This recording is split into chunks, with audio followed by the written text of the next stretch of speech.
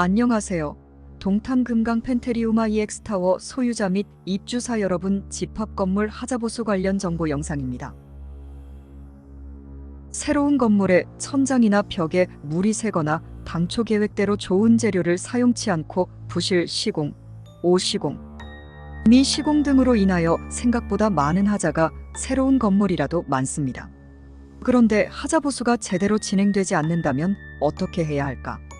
하자보수를 해주겠다는 시행시공사를 믿고 조금 더 기다려볼까? 소송을 진행할까? 소유자 및 입주사들 사이에 의견이 엇갈릴 수 있습니다.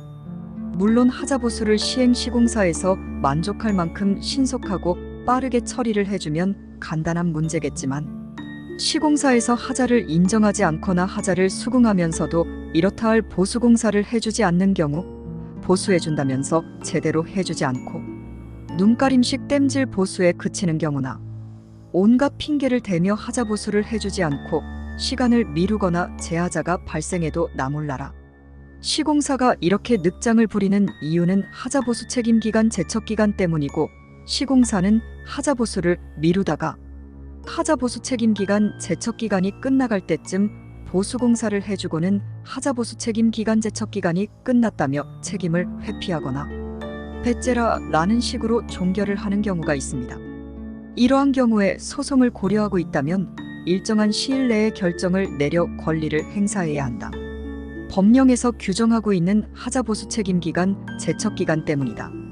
그러나 판례는 집합건물법이 위와 같이 제척기간을 명시하기 전에는 입주자 수분양자의 권리를 두텁게 보조했다.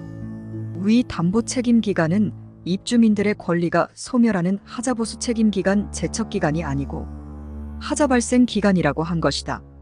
그러므로 입주민들은 2년차, 3년차, 5년차, 10년차에 해당하는 각 항목의 하자보수 책임기간, 제척기간인 10년 안에 발생했음을 입증하기만 하면 됐다.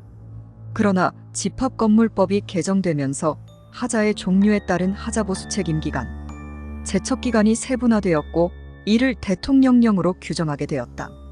또한 이전에 집합건물법에 따른 하자보수 책임기간 제척기간은 하자의 발생기간으로 해석됨에 따라 그 기간 안에 해당하는 하자가 발생하기만 하면 주장할 수 있었지만, 현재 개정된 집합건물법에 따른 하자보수 책임기간 제척기간으로 해석되고 있다. 집합건물법 제9조와 각 시행령에서는 하자담보 책임의 존속기간을 규정하고 있다. 마감공사 등 보수가 용이한 하자는 2년, 건축설비공사 등 건물의 기능성 및 미관성 하자는 3년, 대지조성공사, 철근 콘크리트 공사, 철골공사, 조적공사 등 건물의 구조상 또는 안전상의 하자는 5년, 건물의 주요 구조부 및 지방공사의 하자는 10년이고, 하자보수 책임기간 제척기간이란 법률적인 권리를 행사할 수 있는 기간이다. 그 기간 안에 권리를 행사하지 않으면 권리는 소멸한다. 즉 2년차, 3년차, 5년차, 10년차 하자의 발생 시 그 기간 안에 담보 책임을 묻는 법률적 행위, 이행 청구의 최고나 소의 제기를 하지 않으면 해당 하자에 대해 손해배상을 구할 수 있는 권리를 상실한다. 이러한 이유로 시공사는 위에서 언급한 내용처럼 늑장을 부리고 하자보수를 해주려고 하지 않는 이유다. 이행의 청구는 소를 제기하는 방법으로만 하는 것은 아니다.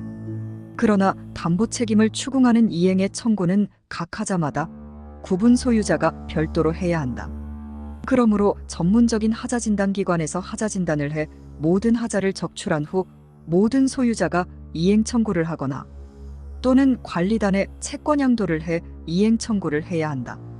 소멸시효는 소의 제기, 채무의 승인 등 특별한 사유가 있으면 중단돼 그 사유가 소멸한 때로부터 다시 진행한다.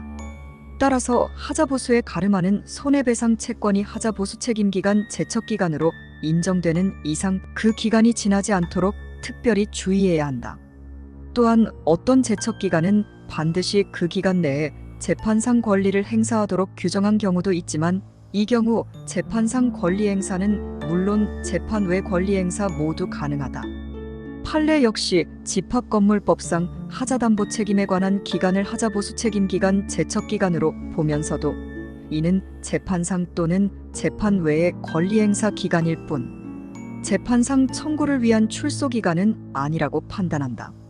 즉 하자 발생 시 맨 먼저 시공업체의 하자 부인 등 만일의 사태에 대비하여 정확한 증거를 확보, 보관하고 하자 보수 책임 기간, 제척 기간 내에 내용 증명 또는 공문 등을 통해서 하자 보수를 요청한다면 제척 기간 내에 권리를 행사한 것으로 인정되므로 제척 기간이 지나서 소송을 제기했다고 하더라도 분양자나 시공사는 하자 담보 책임을 부담해야 되므로 관리단 또는 관리사무소는 반드시 하자 보수 책임 기간, 제척 기간 내에 채권 양도를 받고 이를 분양자 및 시공사에게 통지하고 하자 보수의 권리 행사가 유효하게 이뤄지도록 해야 된다.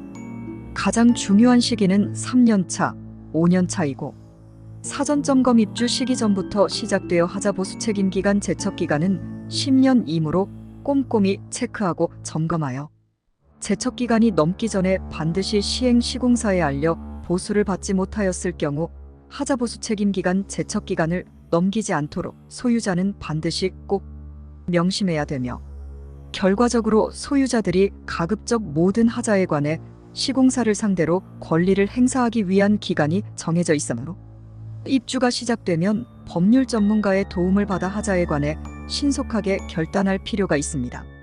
현재 동탄금강 펜테리우마 EX타워가 3년차 이고 중요한 시기인 만큼 많은 관심을 부탁드리며 하자 진단 1차를 약 1,800만 원에 진행한 자칭관리인 관리위원회, 선거관리위원회, 비상대책위원회까지 구성하고 소유자 및 입주사의 전체 의견을 수렴하지 않고 관리위원회에 불과 몇 명만의 회의로 결정하고 엄청난 불평과 측정되지 않는 금전적 피해를 발생시키고 유언비어를 퍼뜨리는 자들에게 더 이상 속지 않기 위해 소유자 및 입주사 간의 원활한 소통과 협력이 정말 중요하며 정확한 정보와 법적 규정을 준수하여 건물을 지키고 그들의 목적과 실체를 확인하고 안전을 위해 정확한 정보와 정식인이 아닌 법적으로도 인정받지 못한 그들의 활동에 대해서도 주의를 기울여야 합니다.